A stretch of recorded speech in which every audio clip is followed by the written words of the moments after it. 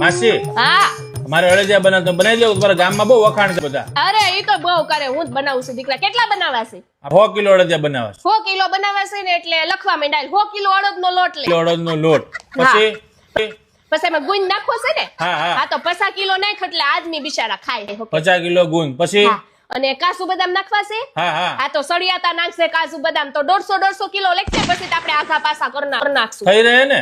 અરે વતી ભયો 150 કિલો કાજુ 150 કિલો બદામ 50 કિલો બદામ પછી હા. અને ટોપરું નાખવું છે નહીં ટોપરું નહીં. પાવડર તો જો હે હો. હા હા હા આ તો વીટનો પાવડર લઈ 150 કિલો છે. ભાઈ આવીને મળદિયા તો ભાવે હારા.